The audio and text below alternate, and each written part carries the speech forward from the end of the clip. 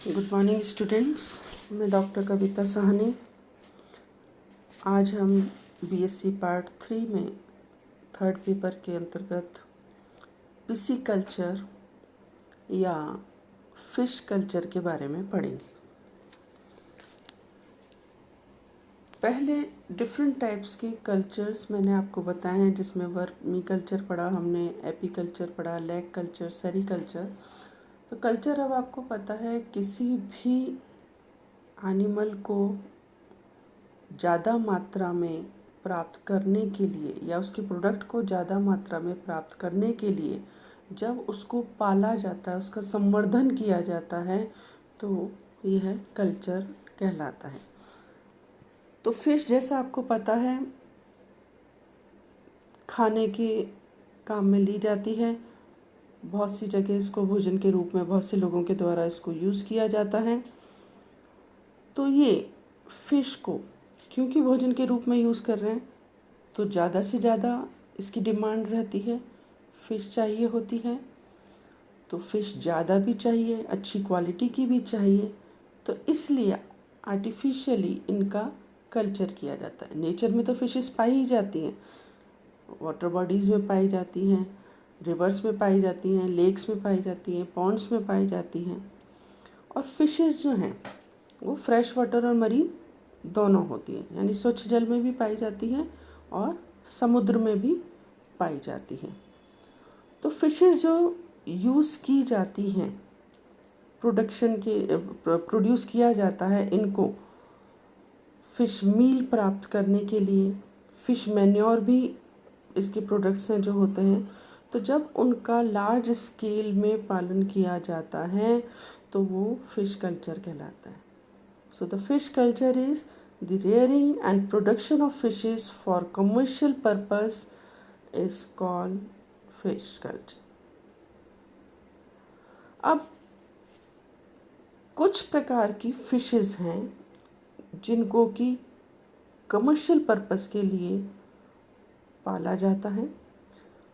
वैसे तो बहुत तरह की फ्रेश वाटर फिशेस हैं जो कि फ़िश कल्चर के लिए यूज़ की जाती हैं, लेकिन जो कॉमन फिशेस हैं जिनकी की कमर्शियल कल्चर वैल्यू है, उनको कॉमनली कार्प्स कहते हैं। ये फिशेस जिनको कि पाला जाता है इनको कहते हैं कार्प्स। और इन कार्प्स में जो कॉमन है फ्रेश वाटर फिशेस जिनको कि यूज़ किया जाता है वो है कटला। एक तो है कटला, इसका नाम है कटला। दूसरी रोहू, नाम आपने सुने होंगे रोहू, ये इसका ज़ूलॉजिकल नेम है लेबियो रोहिता। इसके अलावा लेबियो कल्बासु भी है, कल्बासु जिसे कहते हैं, और करसा, लेबियो गोनियस। तो ये लेबियो की कुछ वैरायटी है रोहू की।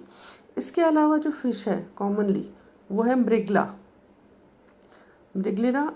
ये सिरिनस मृगला इसका नाम है। और एक और जो चौथी वैरायटी है वो है रेबा, सिरिनस रेबा। तो ये कुछ कॉमन फिशेस हैं, फ्रेश वाटर फिशेस, जिनको यूज़ किया जाता है कल्चर के लिए। अब जब कल्चर करना है या ग्रो करना है तो हमारा पर्पस ही है कि ज़्यादा मात्रा में और अच्छी क्वांटिटी में और अच्छी वैरायटी हम प्राप्त कर सकें।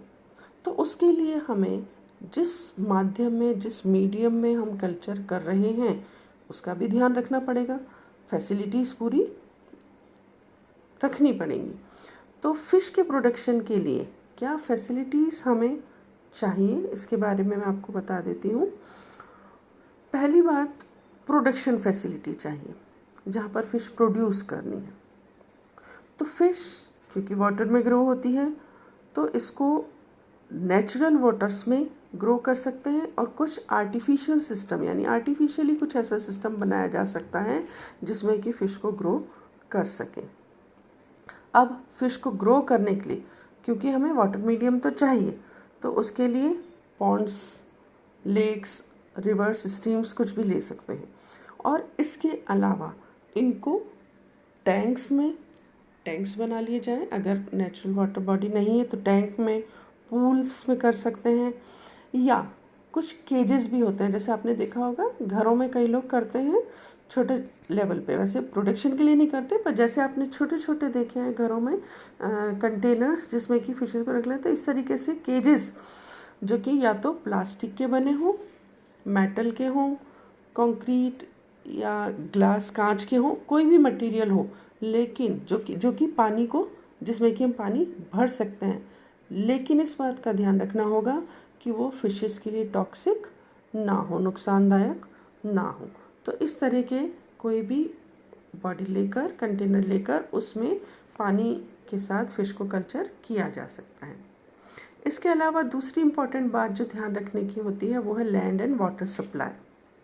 तो ये दो बेसिक रिक्वायरमेंट्स हैं फ़िश कल्चर के लिए। सक्सेसफुल फ़िश कल्चर करना हो और हमें अच्छी मात्रा में प्रोडक्शन चाहिए, तो एक तो पहली बात है फिज़िकल स्पेस, लैंड जो हमें चाहिए वो, और दूसरा जो वाटर है, दोनों ही हाई क्वालिटी के होने चाहिए। तो वाटर सप्लाई हो रहा है वो हाई क्वालिटी का गुड्स और अच्छी मात्रा में सप्लाई होना चाहिए, क्वांटिटी भी उसकी अच्छी होनी चाहिए। अगर ये सफिशेंट मात्रा में नहीं होता है, लैंड और वाटर क्वालिटी की मात्रा अच्छी नहीं होती है और लिमिट में ही होते हैं, तो फिर हमें फ़िश के नंबर का भी ध्यान रखना चाहिए कि हम कम मात्रा में ही कर पाएंगे।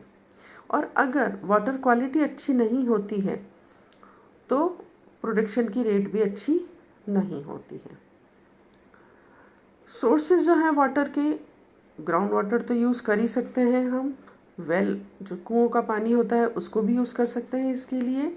इसके अलावा सरफेस वाटर्स जो होते हैं वो, और इस बात का खास ध्यान रखना चाहिए या रखना पड़ता है कि जो वाटर हम यूज़ कर रहे हैं या पानी जो यूज़ कर रहे हैं फ़िश कल्चर के लिए, वो फ़िश डिजीज़ से फ्री होना चाहिए। यानी उसमें कुछ ऐसे एलिमेंट्स नहीं होने चाहिए जिससे कि फ़िशेस को नुकसान हो। जैसे उनमें कोई पैथोजेंस, पैरासाइट्स नहीं होने चाहिए, कोई प्रीडेटर्स भी नहीं होने चाहिए जो कि फ़िशेस को नुकसान पहुंचाएं। हम तो फ़िश कल्चर कर रहे हैं, उसको बढ़ाना चाह रहे हैं और वो उसका शिकार कर ले। इसी तरीके से बहुत ज़्यादा पेस्टिसाइड भी उसमें नहीं होने चाहिए, या क्लोरीन की मात्रा भी ज़्यादा नहीं होना चाहिए। पानी को प्यूरिफाई करने के लिए क्लोरीन को यूज़ किया जाता है, या कोई और केमिकल सब्सटेंसेस जो कि फ़िश को नुकसान पहुंचा सकते हों, उसके लिए हानिकारक हों, ऐसे सब्सटेंसेस पानी में नहीं होने चाहिए। ठीक है, तो good water quality and sufficient quantity, ये बहुत ज़्यादा ज़रूरी है फ़िश कल्चर के लिए। इस बात का बहुत ही ध्यान रखना चाहिए और टाइम टाइम पे उस वाटर को, जिस पानी को यूज़ कर रहे हैं, उसको टेस्ट करना चाहिए। पानी को टेस्ट करने के लिए आपको पता है फिज़िकल और केमिकल पैरामीटर्स होते हैं, यानी उसके जो कॉन्स्टिट्यूएंट्स हैं, पैरामीटर्स जो हैं, उनको समय समय पर चेक करते रहना चाहिए और पानी चेंज भी फिर करना चाहिए। अगर कोई ऑल्ट्रेशंस हों तो पानी समय पर चेंज भी करना चाहिए। तो ये तो बात हुई बेसिक रिक्वायरमेंट जो हमें चाहिए फ़िश को पालने की। अब आइडियल फ़िश क्या हो, ये तो हमने बात कर ली कि लैंड भी अच्छी हो, वाटर भी अच्छी हो, वाटर सप्लाई प्रॉपर हो, लेकिन जो फ़िश हमको कल्चर करना है तो फ़िश की क्वालिटी का भी हमें ध्यान रखना चाहिए।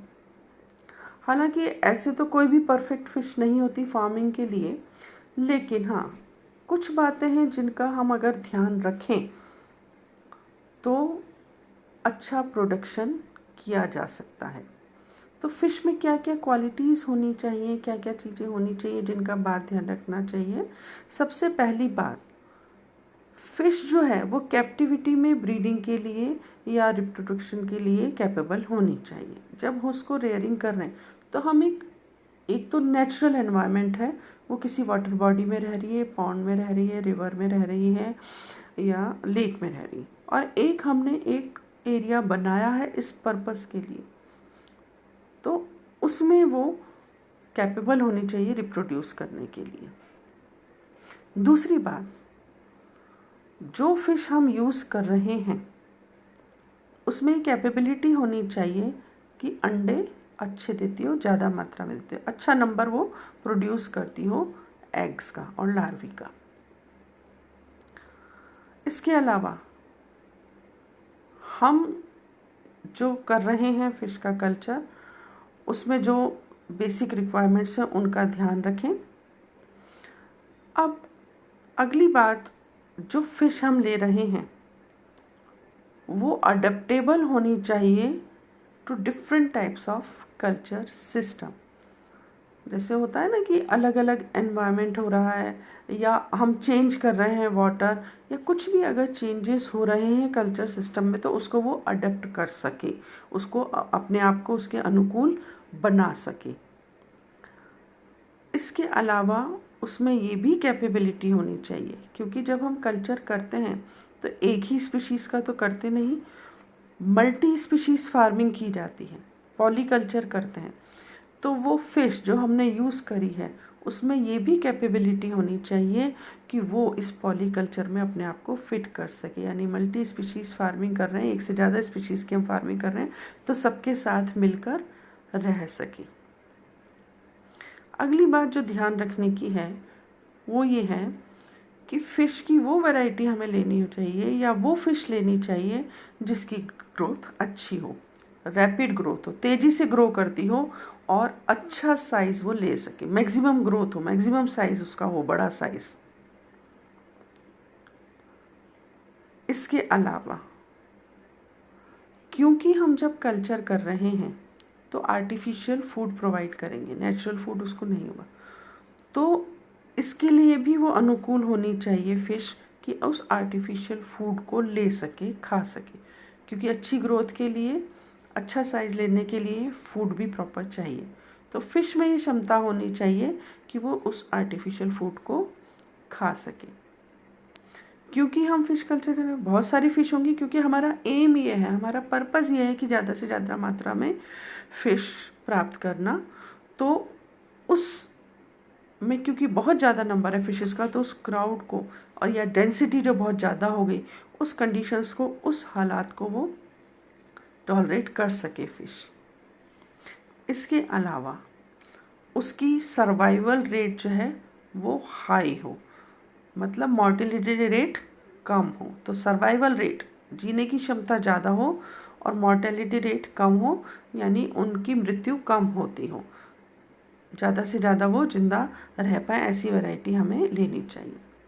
मोस्ट इम्पॉर्टेंट बात, क्योंकि जब आर्टिफिशियली कल्चर किया जाता है तो हमें अलग अलग स्टेजेस पे उसको ट्रांसफ़र भी करना पड़ता है, उसके बाद ट्रांसपोर्ट भी करना पड़ता है। तो जो फ़िश हम ले रहे हैं वो इजी टू हैंडल होनी चाहिए, पकड़ने में आसान होनी चाहिए। जब हम पूरा प्रोडक्शन हो जाएगा, फार्मिंग क्योंकि हम कर रहे हैं, पूरा प्रोडक्शन हो जाएगा, तो उसके बाद उनको कलेक्ट करना होगा, फिर ट्रांसपोर्ट करना होगा एक जगह से दूसरी जगह, तो आसानी से पकड़ी जा सके फ़िश, ऐसी फ़िश लेनी चाहिए। डिज़ीज़ की बात मैंने पहले भी कही थी कि जो फ़िश हम ले रहे हैं कल्चर के लिए, जो हम स्टार्ट कर रहे हैं, पहले मैंने कहा पानी जो है वो डिज़ीज़, उसमें जो फ़िशेज़ हैं डिज़ीज़ फ्री होनी चाहिए, पैरासाइट्स नहीं होने चाहिए, केमिकल्स नहीं होने चाहिए। लेकिन इस बात का भी हमें ध्यान रखना है कि जो फ़िश हम ले रहे हैं स्टार्ट करने हैं, वो भी पैरासाइट फ्री होनी चाहिए, डिज़ीज़ फ्री होनी चाहिए। उसमें कोई ऐसा डिज़ीज़ अगर किसी फ़िश में है जो हमने उसमें डाली, तो बाकी सारी फ़िशेज़ को भी डिज़ीज़ हो जाएगी, नुकसान पहुँचेगा, है ना। जैसे एक मछली सारे तालाब को गंदा करती है, उस तरीके से अगर एक मछली बीमार है, उसमें कुछ नुकसान है या पैरासाइट उस पर आ गया, तो उससे बाकी सारी मछलियों को भी नुकसान पहुंच जाएगा। कई फिशेज़ ऐसी भी होती हैं जो कि अपने ही बच्चों को खा जाती है, तो ऐसी फिशेज़ को हमें नहीं लेना है, जो कि इसको बोलते हैं कैनिबलिज्म। तो ऐसी फ़िश नहीं होनी चाहिए। इसके अलावा वो फ़िश हमें लेनी चाहिए जिसकी मार्केट डिमांड हाई हो, क्योंकि हम कल्चर कर रहे हैं, प्रॉफिट के लिए कर रहे हैं, लार्ज अमाउंट में कर रहे हैं, अल्टीमेटली हमें फ़िश मार्केट में भेजनी है।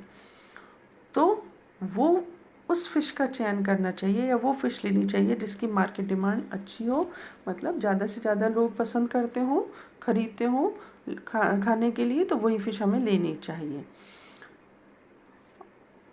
इसके अलावा वेट जो है, भार फ़िश का जो प्रोड्यूस होगी वो भी अच्छा होना चाहिए, फ़िश हेल्दी होनी चाहिए, ज़्यादा समय तक चल सके ऐसी फ़िश लेनी चाहिए, लंबे समय तक उसको हम रख सकें।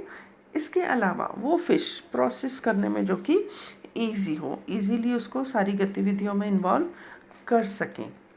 देखने में फ़िश अच्छी होनी चाहिए। कोई भी चीज़ हम खरीदते हैं, लेते हैं, तो पहली चीज़ जो हम देखते हैं उसकी अपीयरेंस।